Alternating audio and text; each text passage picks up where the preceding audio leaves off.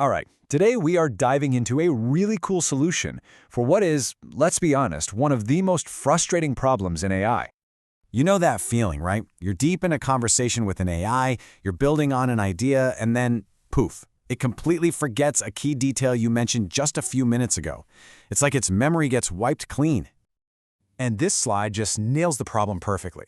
On the left, you've got your standard AI. You tell it you got a dog named Buddy, then later you get another one named Scout. What does it do? It just overwrites the old memory. Buddy is gone. But on the right, this new system, Memory R1, it gets it. It doesn't overwrite, it updates. So the big question is, how on earth do they teach it to do that?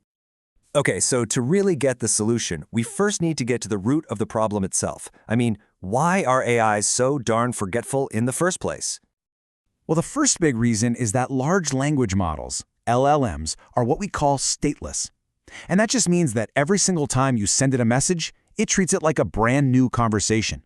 It has no built-in memory of what you said before. It's like meeting you for the very first time over and over and over again. And then you've got this other problem compounding it, called the limited context window. You can think of this as the AI's short-term memory. It can only hold on to a small chunk of the recent conversation. As you keep talking, the older details just get pushed out the back and they're gone for good, all to make room for new stuff. So naturally, the first obvious fix everyone tried was, hey, let's just give the AI an external memory, like a digital notebook it can look back at. This is a technique called retrieval augmented generation, or RAG, and for a minute there, it seemed like it was going to solve everything. But that just created a whole new headache, the retrieval challenge. See, just having a giant memory bank isn't actually enough. The AI was terrible at finding the right information. Sometimes it would pull up too little and miss the whole point. Other times it would pull up way too much and get totally lost in the noise. It was exactly like trying to find a needle in a haystack that was getting bigger every second. And that realization led to the crucial insight, the aha moment. The AI doesn't just need a bigger memory, it needs to learn the skill of how to use its memory effectively. And this, right here, is where the real breakthrough happens. Researchers came up with this system called Memory R1. And what it does is, it uses reinforcement learning. Yep, the same trial and error process that AIs use to become grandmasters at games like chess or Go, to actually teach the AI how to manage its own memory. And the way they did this is it's really clever. It works by splitting the entire job of remembering between two highly specialized AI agents. Each one has a very specific job. So first, you have a memory manager. Think of this one as a super diligent librarian. Its only job is to curate the memory, to decide what's important enough to save. Then you have an answer agent. This one is like a brilliant researcher whose job is to go into that library and find the exact right fact to answer your question.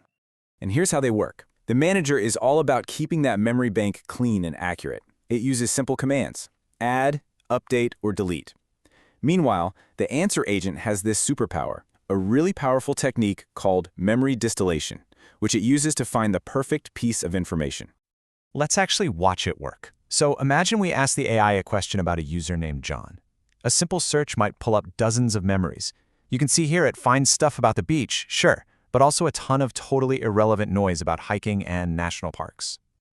Now, a normal system would get totally bogged down by all this extra info.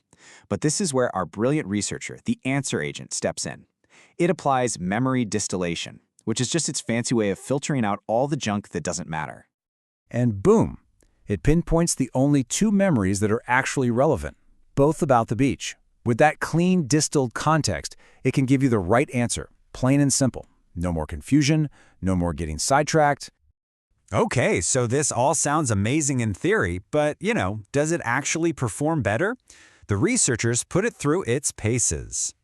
The results are, well, they're not subtle. They used a benchmark test called Locomo, which is designed specifically to test an AI's long-term memory. And Memory R1 just completely blows the previous best system, Mem4, out of the water. It wins across every single metric they measured.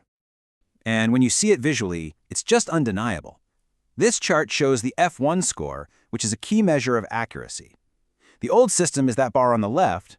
The two new versions of Memory R1 are on the right. I mean, it's not even close. We're talking a massive 48% relative improvement in accuracy over the best system out there.